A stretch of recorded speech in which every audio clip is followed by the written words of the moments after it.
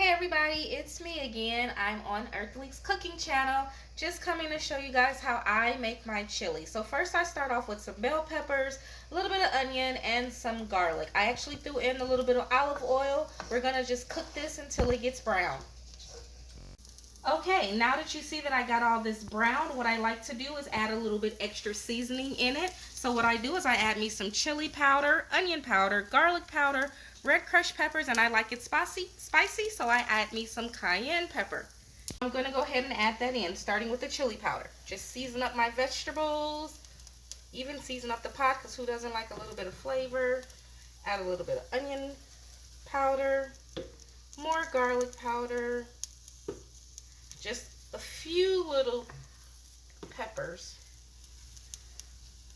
maybe some more, and then just a dash of cayenne pepper. And then I'm going to give that a little swirl, let that cook just a little bit more before I start adding my meat. Okay, now I'm going to go in and add my ground turkey. Some of you may know, most of you may not know, that I am not a pork or beef eater, so I typically use ground turkey in substitute of ground beef. So I'm going to ground this up and let you guys know how it turns out.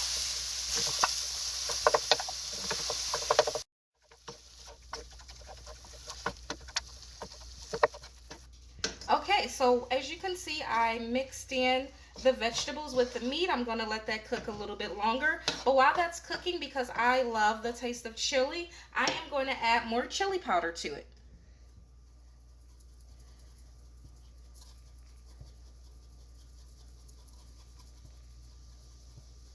And guys, you can never have too much chili powder.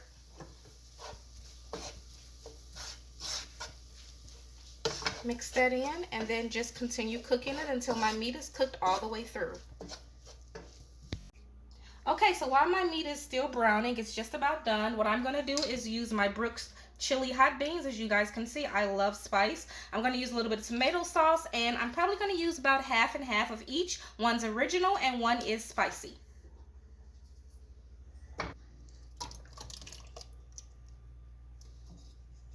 Okay. Then I'm going to add my tomato sauce. And then I am going to season it just a little bit more, add some seasoning to it.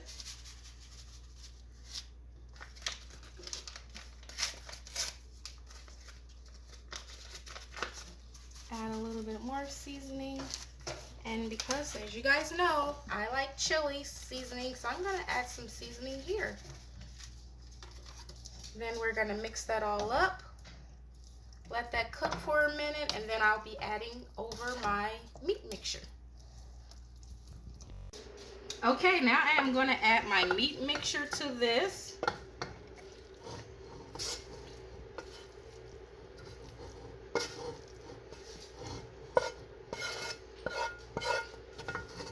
Should we get it all in there?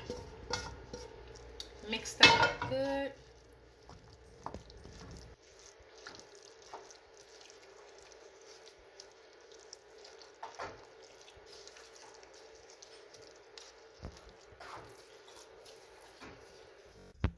Okay, so now that I've added the meat mixture, I'm just going to make sure this is all stirred up. Get it nice and going, mixed together good. I turned my fire on low because I really want this to cook for about 20 minutes before I add any of the remainder ingredients. Just going to put a lid on there and watch it cook. Okay, so as you can see, this is really getting a little bit of creamy like I like it. I don't know if that's the right word, but you guys know what I meant. So I'm also going to add a little bit of brown sugar just because it gives it this little flavor, like a little with it. And then you guys know I love my spicy, so I'm going to add a little bit of hot sauce. So from here, I'm just going to take a little bit. I have this little baby spoon. Scoop a little bit out of there, not too much. Just going to do one more because you know brown sugar gets sweet kind of fast. Then I'm just going to throw in a few dashes of hot sauce, and bam, there we have it. Let's give that a good stirring, let that cook through.